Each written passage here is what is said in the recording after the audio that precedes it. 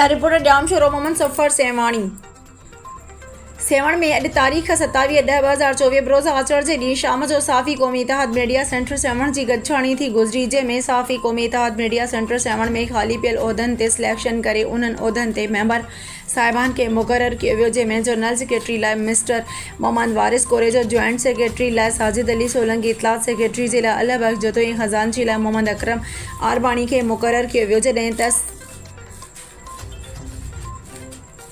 इतलात secretary लाइ अल बख्श जतोई, ख़ज़ानची लाइ मोहम्मद अकरम आरबाणी खे मुक़ररु कयो वियो, जॾहिं त सदर साहब नओं मुक़ररु थियल उहिदेदारनि खे मुबारकूं ॾिनियूं ऐं चयो त मूंखे उमेद आहे त नवां मुक़ररु उहिदेदार सेवण तालुक़े जे क़रीब अवाम जो आवाज़ आला ऐवाननि ताईं पहुचाइण में बहितरीन कमु कंदा। सदर साहब सेवण में वधंदड़ लोड शेडिंग बाबति ॻाल्हाईंदे चयो त सेवण सब